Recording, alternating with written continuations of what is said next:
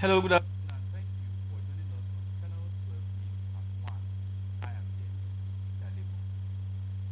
The communications and digital economy sector is not performing optimally, and the federal government is taking steps towards ensuring quality service by its agencies. From now on, institution that carries out any ICT project that is up to ₦1 million is expected to obtain quality assurance certificate. Federal government is making moves to protect local farmers from exploitation by foreign produce buyers. Over now to State House correspondent Jide Onifade for more reports on this and other deliberations at the Federal Executive Council's virtual meeting. The federal government is not relenting in making the cyberspace safe for all users in Nigeria, and steps are being taken as well towards ensuring the quality of ICT services. Minister of Communications and Digital Economy, Issa Ali Pantami, briefs the Federal Executive Council on the need for all agencies installing ICT to obtain quality assurance certificate. It is part of the strategies of introducing ICT project clearance: one, to save costs; two, to fight corruption. And a view to protecting farmers from foreign produce buyers and help in improving sales of their farm produce, Minister of Industry, Trade and Investment Nta Abeokuta says now, under a new trade policy action plan, foreign produce buyers will have to go through local marketing or cooperative organizations before they can get to the farmers. This way, the farmers will no longer be cheated by these foreigners who just throw money at them and are able to buy their goods. So that was the first memo that we presented. And the second memo we presented was also for the approval of its trade policy action plan. The Group Managing Director of NNPC informed the Council on efforts at addressing scarcity of prima motor spirit, otherwise known as petrol. Senior Special Assistant to the President of Media and Publicity in the Office of the Vice President, Laolu Akonde, briefs the press on this. He informed the Council that there is enough stock, I think about 1.9 billion liters that is available, enough to last for 32 days. He also said that the agency is working 24 hours. There's a 24-hour loading that is going on at all depots across the country. The virtual Federal Executive Council meeting was chaired by Vice President Yemi Osinbajo. In the State House, Jide Onifade, Nta News. Senate has rejected the bill seeking to amend Section 84 of the Electoral Act 2022. The ongoing amendment bill to the newly signed Electoral Act came from the executive and recommended that not change Section 84 of the Act. It states that government appointees must resign before being voted for or to Congresses, a development the presidency will prioritize serving political appointees. The bill do not go beyond second reading, as some of the legislators expressed contrary views to the intention of the amendment bill.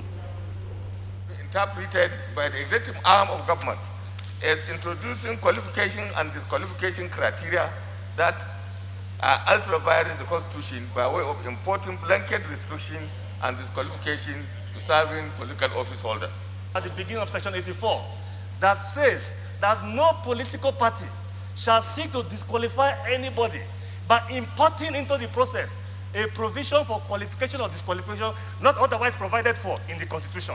It is there at the beginning. I believe that's Section 84, Section 84(2). You cannot be a referee and a player in the same field. It's either you're a referee or you're a player. It's a settled matter in law that you cannot be a judge over your own case. I've listened enough. So I will put the question, and every one of us is at liberty to vote his conscience. Those in favor that this bill be now read a second time, say aye. No, maybe you didn't hear me. No.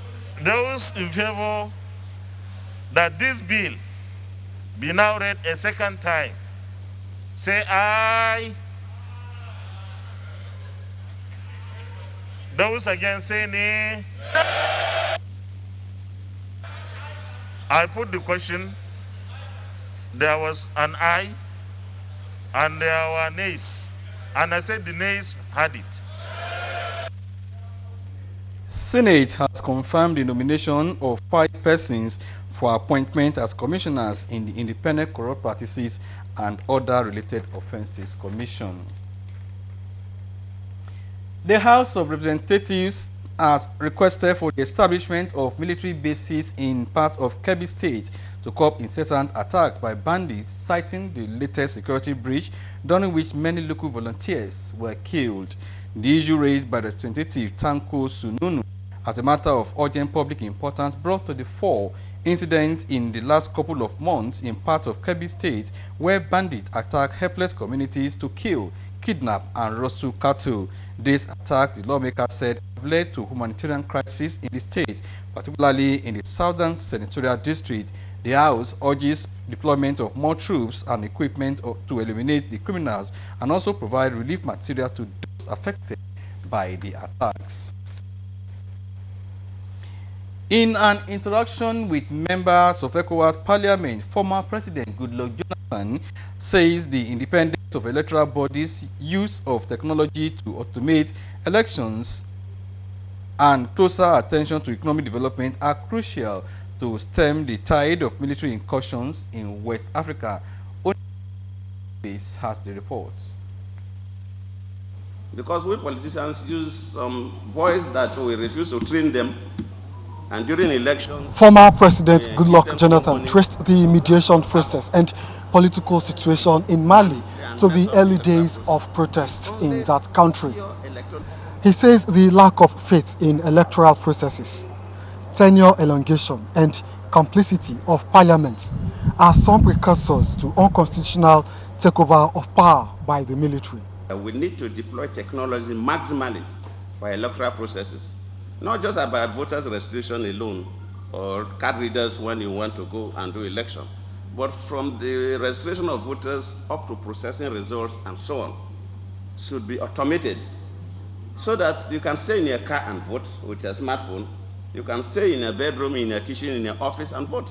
So the use of thugs and militia group to manipulate elections will just disappear in Africa. The former president says member states, especially the Francophone members, must make constitutional provisions for the removal of presidents to avert riots undertaken by aggrieved citizens seeking a change in governance. But if countries know that they have something to benefit from ECOWAS, if citizens know that they have something to benefit from ECOWAS, the issue of attempting to move out or querying what are we getting from ECOWAS will be minimized. So in addition to economic issues that businessmen and women and farmers across should be able to access funds, I believe that issues of education, and there's nothing wrong if ECOWAS float a scholarship program for some disciplines across the sub-region. The former president encouraged ECOWAS to pay closer attention to developing needed social infrastructure to promote economic development and, by extension, reduce poverty-induced crisis in the region. In Monrovia, Liberia, Onengiye Fineface, NTA News. The People's Democratic Party, PDP, has forwarded the nomination of Iduma Enwo Igariwe as replacement for Governor David Umahi to the Independent National Electoral Commission following his sack by the High Court. The party's national chairman, Iyorchia Ayu, at a media briefing in Abuja, said Fred Udegu has also been nominated as Deputy Governor. Timothy Yusuf reports. This media briefing is in reaction to the High Court ruling sacking the Governor of Ebonyi State, David Umahi, his deputy, and 17 lawmakers for defecting to the ruling All Progressives Congress, APC.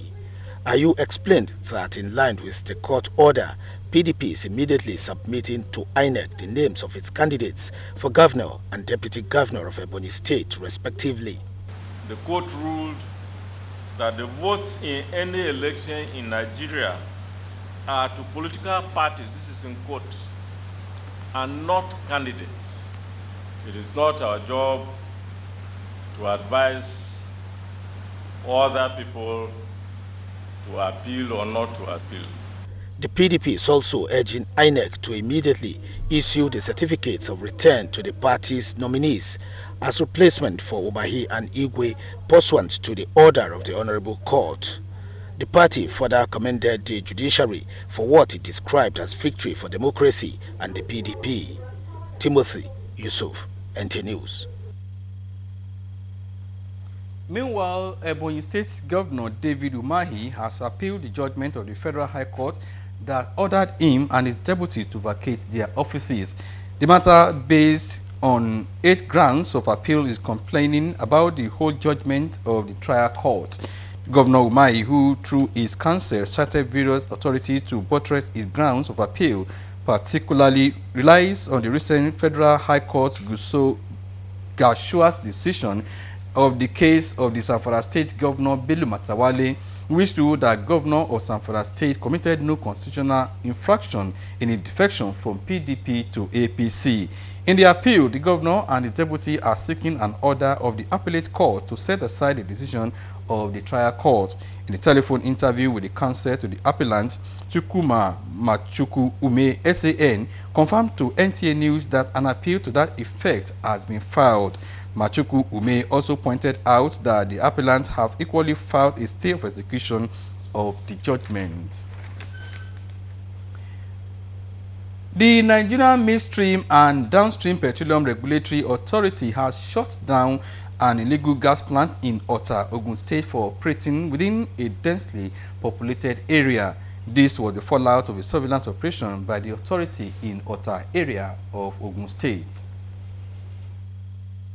The sealed gas plant was situated in a residential area along Awolowo Street in Nta. Officials of the Nigerian Midstream and Downstream Petroleum Regulatory Authority say despite several warnings to owners of the illegal gas plant to relocate the plant from the neighborhood to a safer place, he declined and continued operating the business, not minding the danger involved. Following the refusal of the owner to comply with requisite safety standards, the regulatory body not only shut down the gas plant but also uprooted the 5,000-kilogram gas tank with contents and took it to its office in Abeokuta despite the resistance by the gas manager, who claimed that they possessed necessary documents for operation. Don't tell me what you can't give me pressure and you can't tell me not to be what open gas operator is. Are you throwing these questions to me, sir? It's very, very risky because the people in this area is not saved. So anything can happen and the gas can explode anytime. So and a lot of life you can go with it. Head of Operations, Nigerian Upstream Regulatory Agency, Ogun State, Oluwafemi Adebowale says the authority will continue to clamp down on illegal gas plants to ensure a safe environment for all. We have served all of them notice. Unfortunately, they've tampered with our seal, which is against even the law.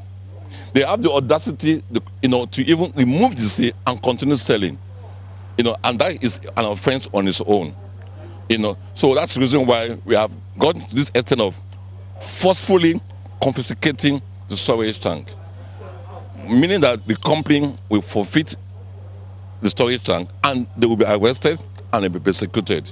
He advised others having similar illegal LPG facilities to do the needful or be sanctioned. To business news, National Assembly urges federal government to review mass transportation scheme as investment in oil and gas sector stalls Nigeria's ability to meet OPEC's quota. For this, let's join our business news segment. The House of Representatives has urged the federal government to review its mass transportation policy and management to make transportation affordable and accessible as a social right to all Nigerians. The House also urged the government to resuscitate the urban mass transit scheme in the interest of Nigerians.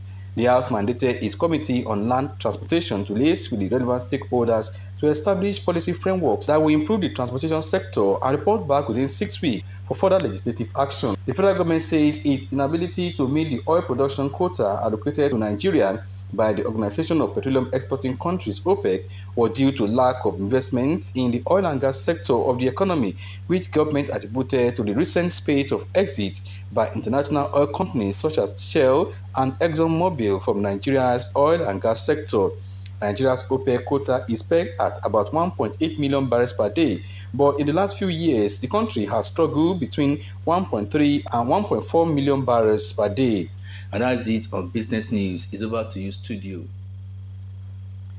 The body of the late Assistant Pastor Adeola Abiodun Oluwasemilore Ajayi, younger sister to the General Manager NT Channel 10 Lagos Olusegun Oshinowo, has been laid to rest. The officiating minister, Pastor Adeleke Olujobi of the Redeemed Christian Church of God Redemption Camp, Kilometer 46, Lagos-Ibadan Expressway, urged the bereaved family not to mourn her passage, but to thank God for a fulfilled life the deceased lived. Prayers were offered for the repose of her soul. Age 52, the late Adeola Abiodun Oluwasemilore Ajayi ni Oshinowo worked in the household of God as an academia at the Redeemed Christian Bible College Redemption Camp. She is survived by husband and children. Hakim Jimon will bring us details of the report in our subsequent bulletin. And may the soul of the departed continue to rest in peace. And it's on that note that we wrap up the news for 1 o'clock. Join us 7 p.m. for details of Channel 12 News. Good afternoon.